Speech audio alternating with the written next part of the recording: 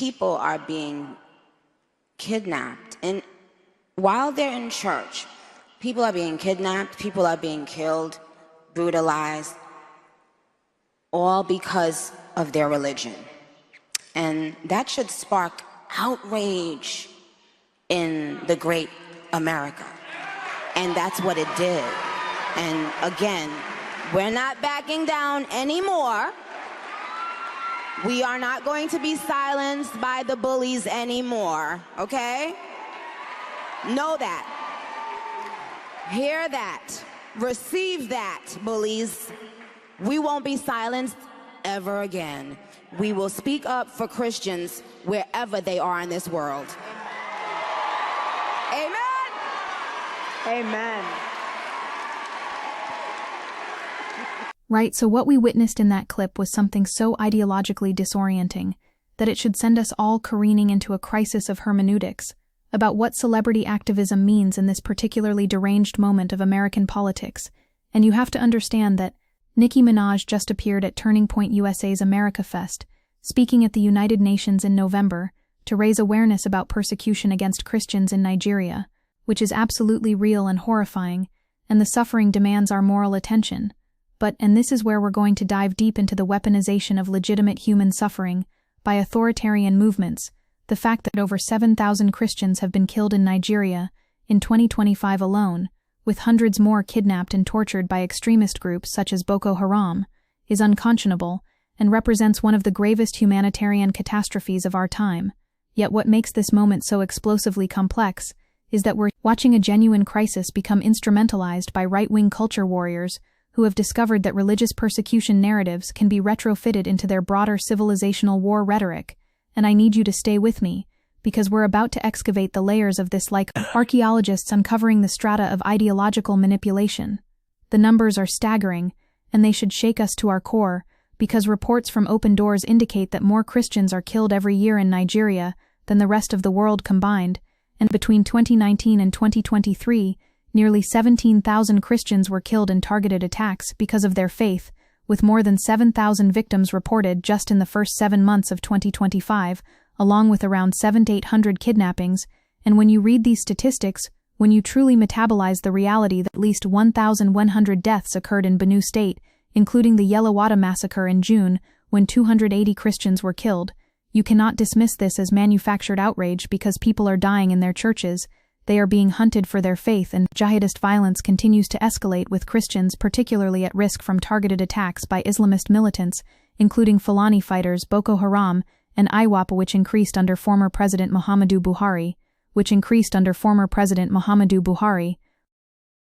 And the government's failure to protect these communities represents a catastrophic abdication of the most fundamental responsibilities of the state. So when Nicki Minaj stands on that stage and says that people are being kidnapped while they're in church, that people are being killed and brutalized, all because of their religion, she is speaking to a genuine atrocity, and we cannot allow our legitimate critique of the platform that's hosting her, or the political apparatus that's co-opting this narrative, to diminish the gravity of what's actually happening to human beings whose only crime is their faith. But here's where the ideological vertigo intensifies, because Erica Kirk welcomed Nicki Minaj as the surprise guest at Turning Point USA's America Fest, which is an organization that has become the vanguard of youth radicalization into authoritarian conservatism in America, and Turning Point USA, which describes itself as playing offense with a sense of urgency to win America's culture war, and has over 900 chapters representing the nation's largest youth movement educating young people about limited government, free markets, and freedom,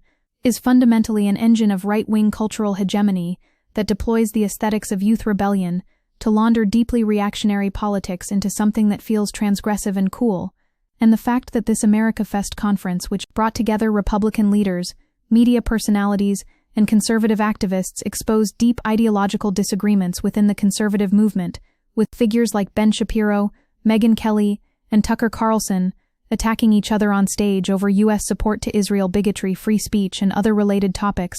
reveals that even within the MAGA coalition, there are fractures opening up over what Burkean hierarchies they're actually trying to preserve, and who gets sacrificed in that preservation. The troubling brilliance of this moment is that Turning Point USA has identified celebrity validation as the missing ingredient in their recipe for generational capture, and they understand that when Minaj says she's traveled the world and performed for huge crowds, but appearing at America Fest means more, because it's a direct link between young people and God, and she went on to say that there has been a lack of God in the media and everyday conversation.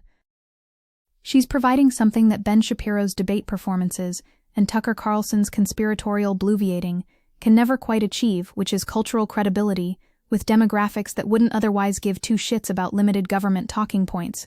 And when you have a global superstar who built her career on hypersexualized lyrics and unapologetic female empowerment, suddenly appearing alongside Erica Kirk, who took the helm after the assassination of her husband Charlie Kirk, and has endorsed J.D. Vance as a potential successor to Donald Trump, you're watching the careful construction of a permission structure for young people, especially young women, and people of color to embrace conservative politics without feeling like they're betraying their identities. And this is sophisticated ideological work, masquerading as spontaneous celebrity activism.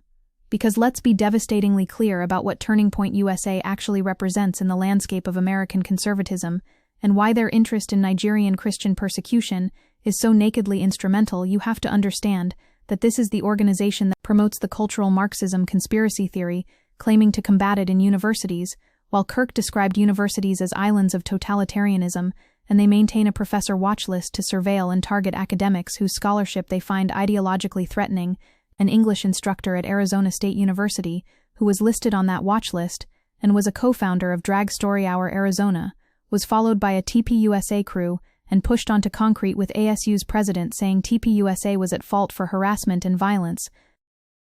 So this is not an organization animated by universal human rights principles, but rather by a selective deployment of rights discourse to advance civilizational narratives about Christian victimhood and Western decline. And when they suddenly discover passionate interest in Nigerian Christians suffering under Islamist violence, you have to ask yourself why this particular atrocity commands their attention when Uyghur Muslims suffering genocide in China, or Rohingya Muslims experiencing ethnic cleansing in Myanmar, or Palestinian civilians being killed in Gaza, somehow fail to inspire the same moral urgency. And the answer reveals itself with uncomfortable clarity when you understand that for Turning Point USA, religious persecution matters primarily when it can be weaponized into a clash of civilizations narrative that positions Islam as an existential threat to Christianity, and by extension to Western civilization itself. Now let me hit you with the real bombshell that should make us all sit up and recalibrate our understanding of celebrity activism in the age of algorithmic radicalization,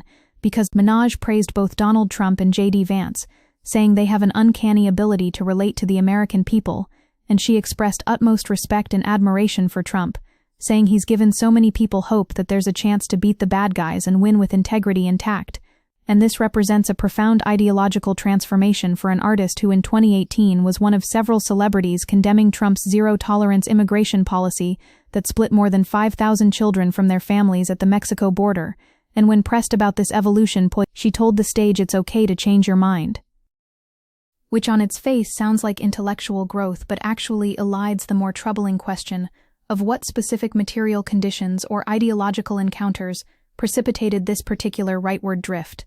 And you have to understand that celebrity political conversions are never purely individual, spiritual journeys, but are always embedded in networks of influence and incentive structures and patronage relationships that make certain political alignments more materially advantageous than others. And when a celebrity with Nicki Minaj's platform suddenly appears at the premier gathering of young conservatives lavishing praise on the administration that just instituted Muslim bans and separated families and demonized immigrants, we need to be asking much harder questions about what's actually happening here. The cruel genius of using Nigerian Christian persecution as the entry point for this political realignment is that it allows Minaj and Turning Point USA to cloak reactionary politics in the unassailable language of human rights advocacy, because who can argue against calling attention to the fact that more believers are killed for their faith in Nigeria than anywhere else in the world, and that women are often kidnapped and targeted for sexual violence, while many believers are killed, particularly men,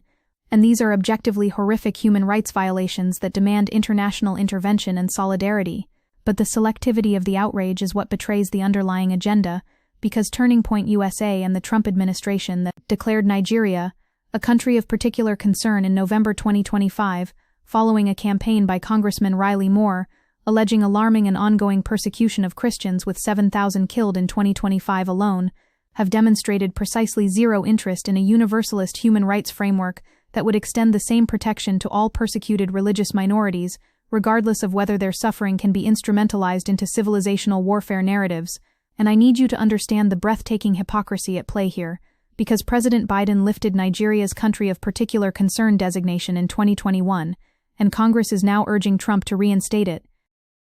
Which sounds like Trump is the humanitarian hero, responding to atrocities that the previous administration ignored, except that Trump's own record on religious freedom is catastrophically selective, focusing obsessively on Christian persecution, while his Muslim ban explicitly targeted religious minorities, and his administration consistently prioritized Christian refugees over others, and his rhetoric about shithole countries revealed a white nationalist animus that makes his sudden concern for Nigerian Christians ring hollow as a performative gesture designed to energize evangelical voters rather than a genuine commitment to universal religious freedom. And when Trump threatened to take direct military action against Islamist militant groups operating in Nigeria, you have to recognize this as the same imperial impulse that has characterized American foreign policy for decades, using humanitarian intervention rhetoric to justify military adventurism in predominantly Muslim countries, while conveniently ignoring the ways that American weapons and American support for authoritarian regimes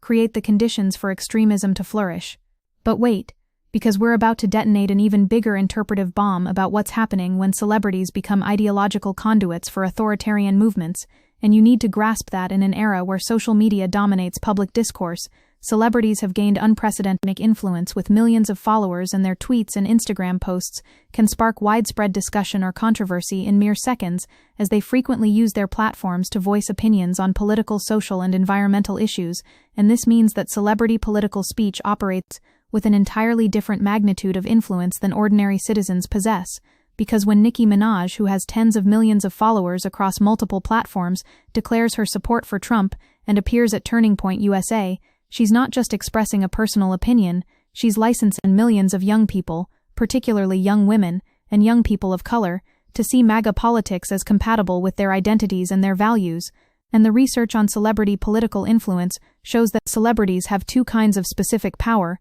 including the abilities to shed light on issues and to persuade audiences, with social media being one of the most common areas for celebrities to discuss specific issues or current events being politicized.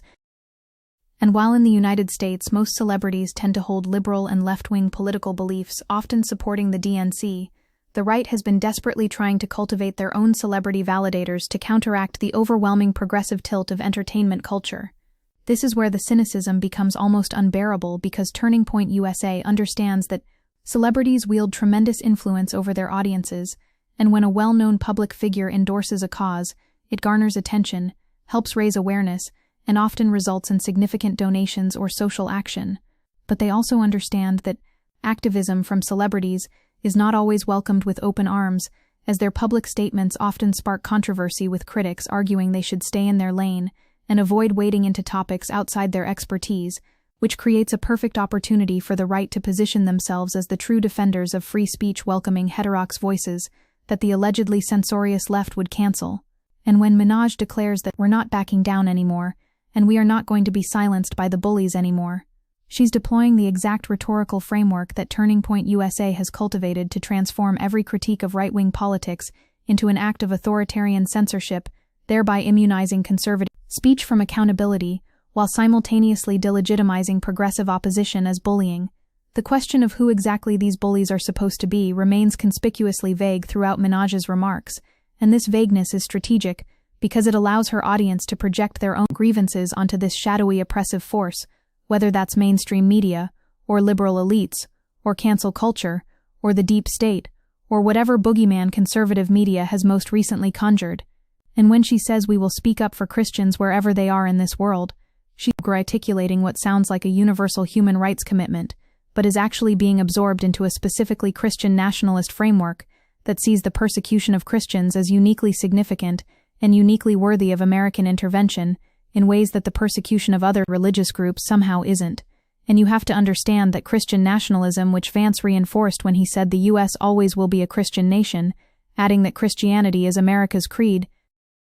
is fundamentally incompatible with genuine religious pluralism because it posits Christianity as the foundation of American identity, thereby relegating all other faiths to second-class status, even while claiming to defend religious freedom. Here's what should terrify us about this alliance between celebrity activism and right-wing youth radicalization. Because Minaj said being able to speak at Turning Point USA's America Fest is more important than any concert she has ever performed anywhere in the world, because it's a direct link between young people and God. She went on to say Christians have been persecuted right here in our country in different ways, so when we talk about Nigeria and other countries, prior administrations saw nothing wrong with that, and this creates a false equivalence between the systemic violence Christians face in Nigeria, where at least 85 Christians were killed in coordinated attacks in Benue State during 1 week, with attackers described as Fulani ethnic militias arriving in convoys, and the alleged persecution Christians face in America, which typically amounts to being asked to extend equal rights to LGBTQ people,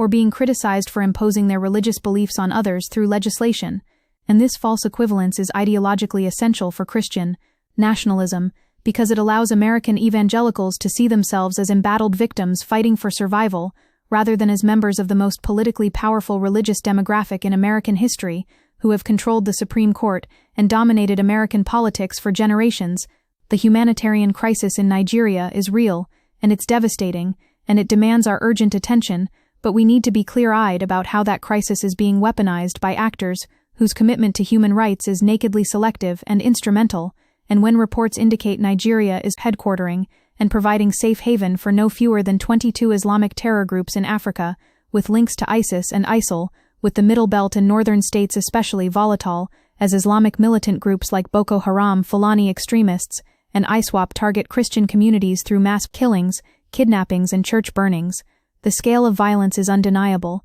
but we also need to reckon with the fact that, despite the number of fatalities from terrorism in Nigeria, it is difficult to delineate the killings based on religious affiliations, as the analysis shows all religions in the country have been affected with fatalities across several ethnic and religious lines, and religious violence is often linked to issues such as ethnicity, resource management, competition for resources, and colonial boundaries, which means the situation is far more complex than a simple narrative of Islamic militants targeting Christians for their faith. This complexity matters enormously because when we reduce Nigerian violence to a civilizational conflict between Christianity and Islam, we obscure the ways that resource competition, particularly over land and water in the Middle Belt, where targeted communities lie in a region marked by competition over land, water, and political representation between predominantly Christian farming populations and largely Muslim nomadic pastoralist groups, creates the material conditions for violence that then gets interpreted through religious and ethnic frameworks. And we need to understand that Fulani militias are loosely organized groups reportedly composed of young men from the Fulani ethnic group, and while many Fulani herders live peacefully across Nigeria, some factions have formed armed militias, though they are distinct from the broader Fulani population and operate outside traditional leadership structure, which means we're not dealing with a monolithic Islamic threat, but with the breakdown of traditional conflict resolution mechanisms in the context of climate change and environmental degradation and state failure. But Turning Point USA and the Trump administration, and now Nicki Minaj, have precisely zero interest in this kind of nuanced analysis, because it doesn't serve the narrative of civilizational warfare that animates contemporary right-wing politics. And I need to hit you with what might be the most disturbing dimension of this entire spectacle, which is the way that legitimate human suffering becomes mere rhetorical ammunition in domestic American culture wars, because when Minaj appears at Turning Point USA and talks about Nigerian Christians being slaughtered, she's not actually mobilizing resources to protect those communities or advocating for specific policy interventions that might address the root causes of violence, like climate adaptation assistance or support for traditional conflict mediation or development aid that could reduce resource competition. Instead, she's using their suffering as evidence that there are people out there who felt good about chastising Christians right here in our country, which is really sick, and we can't let people like that be in power, because we absolutely cannot let people who have a problem with us worshiping God have them in power. And this rhetorical move transforms Nigerian martyrdom into a weapon against American progressives who supposedly hate Christianity, which is both factually absurd and morally obscene.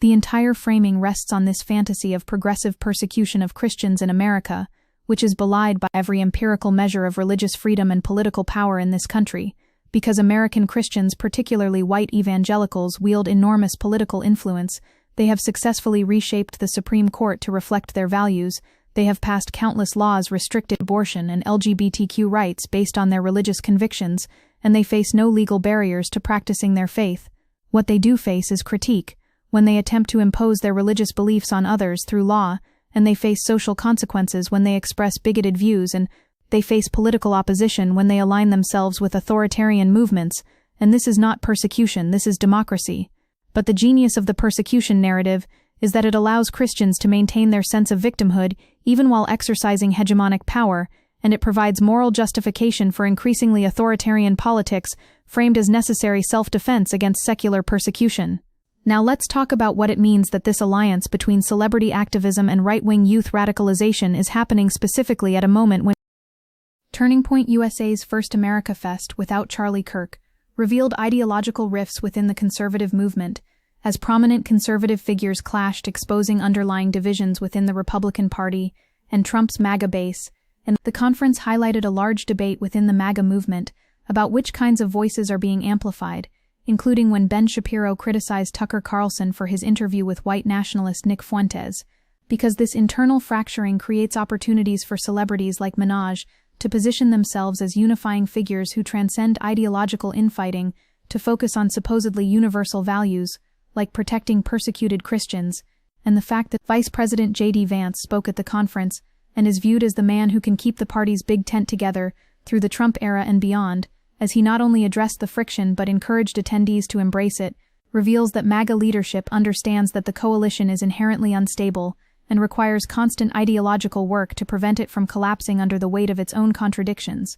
The celebrity validation that Minaj provides is especially valuable in this context because it offers the appearance of cultural momentum at precisely the moment when the conservative movement is publicly eating itself over questions of anti-Semitism and conspiracy theories, and whether Nick Fuentes is an acceptable ally, and when Shapiro sharply criticized Carlson for interviewing outspoken anti-Semitic Nick Fuentes, calling it an act of moral imbecility, and conspiracy theories were spread by Candace Owens, alleging without evidence that Israeli spies were involved in Charlie Kirk's death. You're watching the ideological center not holding, and into this chaos walks Nicki Minaj with her message about protecting Christians and not backing down against bullies and supporting Trump and Vance, and suddenly the room has something to unite around that feels morally righteous and politically energizing and culturally relevant, and this is sophisticated crisis management disguised as spontaneous celebrity activism.